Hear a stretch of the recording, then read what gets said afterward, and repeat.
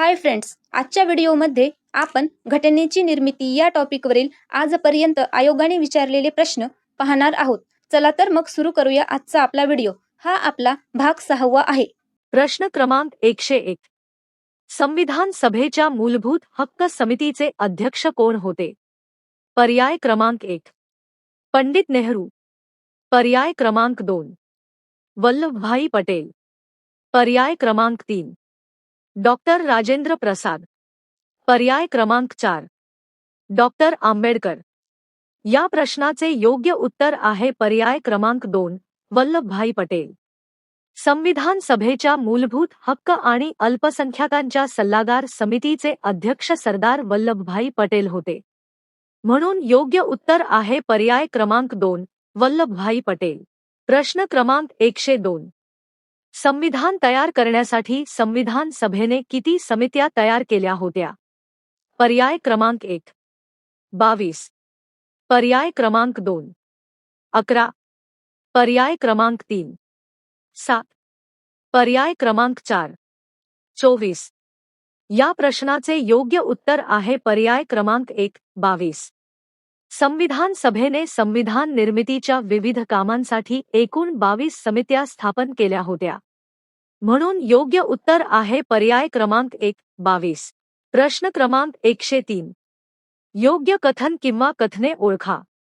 अपृथक्करणीयतेचा सिद्धांत निर्धारित करतो की एखादा संपूर्ण कायदा अथवा त्याचा काही भाग संविधानाच्या विरुद्ध आहे. विकसनशील निर्वचनाचा सिद्धांत हा संविधानाचे निर्वचन करताना सतत परिवर्तनशील सामाजिक आणि विधिविषयक संदर्भ ध्यानात ठेवतो. पर्याय क्रमांक 1 कथन बरोबर चुकीचे, पर्याय क्रमांक 2 कथन चुकीचे बरोबर, पर्याय क्रमांक 3 कथने दोन्ही बरोबर, पर्याय क्रमांक 4 कथने दोन्ही चुकीची. या प्रश्नाचे योग्य उत्तर आहे पर्याय क्रमांक 3 कथने दोन्ही बरोबर. पृथक्करणीयतेच्या सिद्धांतानुसार कायद्यातील असंवैधानिक भाग उर्वरित भागापासून वेगळा करता येत असल्यास केवळ असंवैधानिक भाग रद्द केला जाऊ शकतो. तर विकसनशील निर्वचनाचा सिद्धांत संविधानाचा अर्थ लावताना बदलत्या सामाजिक आणि विधिविषयक परिस्थितीचा विचार करतो. म्हणून योग्य उत्तर आहे पर्याय क्रमांक 3 कथने दोन्ही बरोबर. प्रश्न क्रमांक 104. खालीलपैकी कोण संविधान सभेच्या सदस्या होत्या? अ. विजयालक्ष्मी पंडित, ब. सुब्बलक्ष्मी, क. सुचेता कृपलानी, ड. सरोजिनी नायडू. पर्याय क्रमांक 1 अ आणि ब केवळ, पर्याय क्रमांक 2 अ, क आणि ड, पर्याय क्रमांक 3 ब, क आणि ड, पर्याय क्रमांक 4 अ, ब आणि ड. या प्रश्नाचे योग्य उत्तर आहे पर्याय क्रमांक 2 अ, क आणि ड. विजयालक्ष्मी पंडित, सुचेता कृपलानी आणि सरोजिनी नायडू या संविधान सभेच्या महिला सदस्या होत्या. म्हणून योग्य उत्तर आहे पर्याय क्रमांक 2 अ, क आणि ड. प्रश्न क्रमांक 105. कोणत्या अल्पसंख्याक समाजाला घटना परिषदेत विशेष प्रतिनिधित्व देण्यात आले? पर्याय क्रमांक 1 शीख, पर्याय क्रमांक 2 ख्रिश्चन, पर्याय क्रमांक 3 अनुसूचित जाती, पर्याय क्रमांक 4 अनुसूचित जमाती. या प्रश्नाचे योग्य उत्तर आहे पर्याय क्रमांक 1 शीख. कॅबिनेट मिशन योजनेनुसार संविधान सभेच्या प्रतिनिधित्वामध्ये शीख समाजाला विशेष प्रतिनिधित्व देण्यात आले होते. म्हणून योग्य उत्तर आहे पर्याय क्रमांक 1 शीख. प्रश्न क्रमांक 106. भारताच्या राष्ट्रीय ध्वज समितीचे अध्यक्ष कोण होते? पर्याय क्रमांक 1 डॉक्टर राजेंद्र प्रसाद, पर्याय क्रमांक 2 डॉक्टर बी.आर. आंबेडकर, पर्याय क्रमांक 3 जे.बी. कृपलानी, पर्याय क्रमांक 4 सरदार वल्लभभाई पटेल. या प्रश्नाचे योग्य उत्तर आहे पर्याय क्रमांक 1 डॉक्टर राजेंद्र प्रसाद.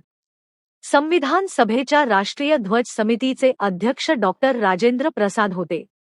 म्हणून योग्य उत्तर आहे पर्याय क्रमांक 1 डॉक्टर राजेंद्र प्रसाद. प्रश्न क्रमांक 107. भारतीय संविधानाच्या मसुदा समितीचे अध्यक्ष कोण होते? पर्याय क्रमांक 1 पंडित जवाहरलाल नेहरू. पर्याय क्रमांक 2 सच्चिदानंद सिन्हा.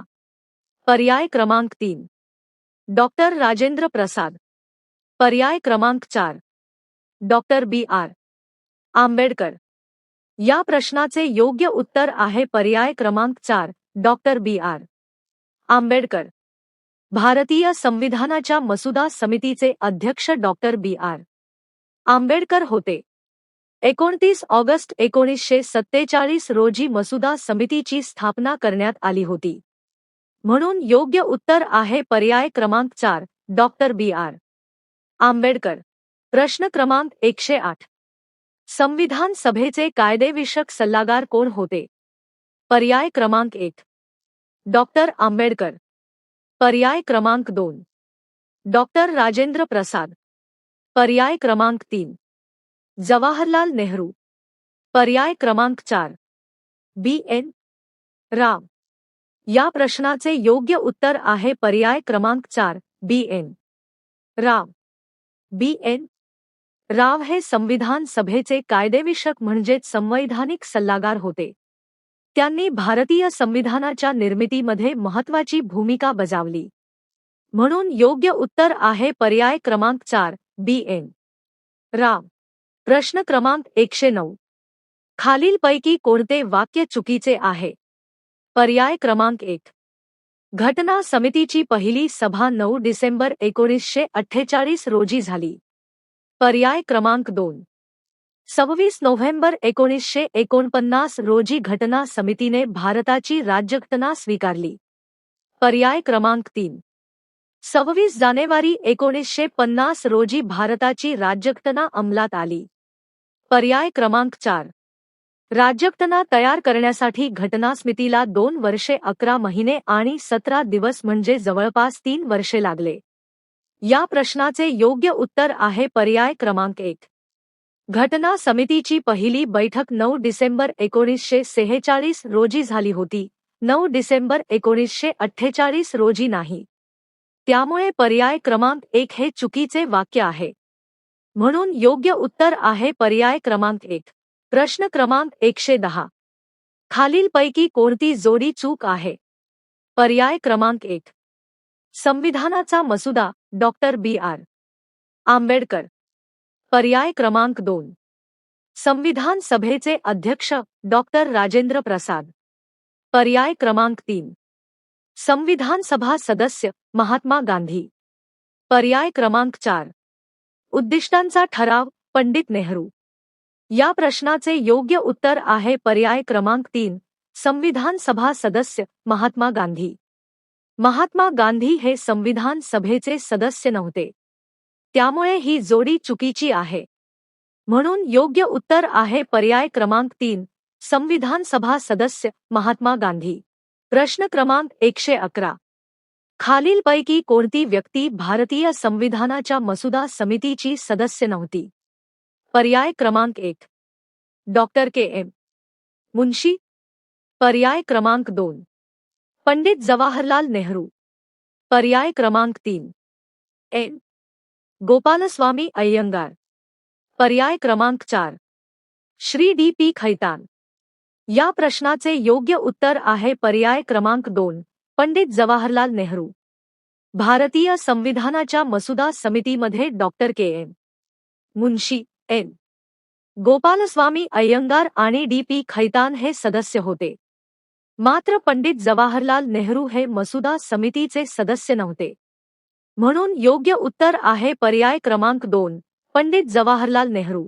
प्रश्न क्रमांक 112 भारताचे संविधान तयार करणारी संविधान सभा निर्माण झाली. पर्याय क्रमांक 1 1946 च्या कॅबिनेट मिशन योजनेन्वये. पर्याय क्रमांक 2 1947 च्या भारतीय स्वातंत्र्याच्या कायद्याने. पर्याय क्रमांक 3 हंगामी सरकारच्या ठरावाने. पर्याय क्रमांक 4 भारताच्या राष्ट्रीय काँग्रेसद्वारा. या प्रश्नाचे योग्य उत्तर आहे पर्याय क्रमांक 1 1946 च्या कॅबिनेट मिशन योजनेन्वये. 1946 च्या कॅबिनेट मिशन योजनेनुसार भारताची संविधान सभा स्थापन करण्यात आली. संविधान सभेची पहिली बैठक 9 डिसेंबर 1946 रोजी झाली. म्हणून योग्य उत्तर आहे पर्याय क्रमांक 1, 1946 च्या कॅबिनेट मिशन योजनेन्वये. प्रश्न क्रमांक 113. भारतीय राज्यघटना कोणत्या दिवशी स्वीकारण्यात आली? पर्याय क्रमांक 1, नोव्हेंबर 26, 1949. पर्याय क्रमांक 2, जानेवारी 26, 1949. पर्याय क्रमांक 3, जानेवारी 26, 1950. पर्याय क्रमांक 4, नोव्हेंबर 10, 1949. या प्रश्नाचे योग्य उत्तर आहे पर्याय क्रमांक 1, नोव्हेंबर 26, 1949. संविधान सभेने भारतीय राज्यघटना 26 नोव्हेंबर 1949 रोजी स्वीकारली. मात्र राज्यघटनेतील बहुतांश तरतुदी 26 जानेवारी 1950 रोजी अंमलात आल्या. म्हणून योग्य उत्तर आहे पर्याय क्रमांक 1, नोव्हेंबर 26, 1949. प्रश्न क्रमांक 114. भारतीय राज्यघटना कोणत्या दिवशी स्वीकारण्यात आली? पर्याय क्रमांक 1, 26 नोव्हेंबर 1949. पर्याय क्रमांक 2, 26 डिसेंबर 1949. पर्याय क्रमांक 3, 26 जानेवारी 1949. पर्याय क्रमांक 4, 26 जानेवारी 1950. या प्रश्नाचे योग्य उत्तर आहे पर्याय क्रमांक 1, 26 नोव्हेंबर 1949. संविधान सभेने भारतीय राज्यघटना 26 नोव्हेंबर 1949 रोजी स्वीकारली. 26 जानेवारी 1950 रोजी भारतीय राज्यघटना अंमलात आली. म्हणून योग्य उत्तर आहे पर्याय क्रमांक 1, 26 नोव्हेंबर 1949. प्रश्न क्रमांक 115. भारताच्या घटना समितीचे पहिले अधिवेशन केव्हा झाले? पर्याय क्रमांक 1, 8 डिसेंबर 1946. पर्याय क्रमांक 2, 9 डिसेंबर 1946. पर्याय क्रमांक 3, 15 डिसेंबर 1946. पर्याय क्रमांक 4, 15 ऑगस्ट 1947. या प्रश्नाचे योग्य उत्तर आहे पर्याय क्रमांक 2, 9 डिसेंबर 1946. भारताच्या संविधान सभेचे पहिले अधिवेशन 9 डिसेंबर 1946 रोजी नवी दिल्ली येथे भरले. या बैठकीचे तात्पुरते अध्यक्ष डॉक्टर सच्चिदानंद सिन्हा होते. म्हणून योग्य उत्तर आहे पर्याय क्रमांक 2, 9 डिसेंबर 1946. प्रश्न क्रमांक 116. पहिल्या बैठकीच्या वेळी घटना समितीचे उपाध्यक्ष म्हणून कोणाला मनोनीत करण्यात आले होते? पर्याय क्रमांक 1, के संथाना. पर्याय क्रमांक 2, अबुल कलाम आझाद. पर्याय क्रमांक 3, जॉन मथाई. पर्याय क्रमांक 4, फ्रिक अथोनी. या प्रश्नाचे योग्य उत्तर आहे पर्याय क्रमांक 4, फ्रिक अथोनी. फ्रिक अथोनी यांची संविधान सभेच्या सुरुवातीच्या काळात उपाध्यक्ष म्हणून नियुक्ती करण्यात आली होती. म्हणून योग्य उत्तर आहे पर्याय क्रमांक 4, फ्रिक अथोनी. प्रश्न क्रमांक 117. हे भारतीय घटना समितीचे अध्यक्ष होते. पर्याय क्रमांक 1, डॉक्टर आंबेडकर. पर्याय क्रमांक 2, वल्लभभाई पटेल. पर्याय क्रमांक 3, डॉक्टर राजेंद्र प्रसाद. पर्याय क्रमांक 4, पं. नेहरू. या प्रश्नाचे योग्य उत्तर आहे पर्याय क्रमांक 3, डॉक्टर राजेंद्र प्रसाद. डॉक्टर राजेंद्र प्रसाद हे भारतीय संविधान सभेचे अध्यक्ष होते. त्यांच्या अध्यक्षतेखाली संविधान सभेने भारतीय राज्यघटनेची निर्मिती केली. म्हणून योग्य उत्तर आहे पर्याय क्रमांक 3, डॉक्टर राजेंद्र प्रसाद.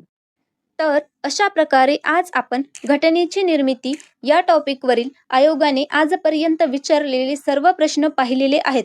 या टॉपिकवर आजपर्यंत आयोगाने 117 प्रश्न विचारलेले आहेत. हा आपला भाग 6वा होता.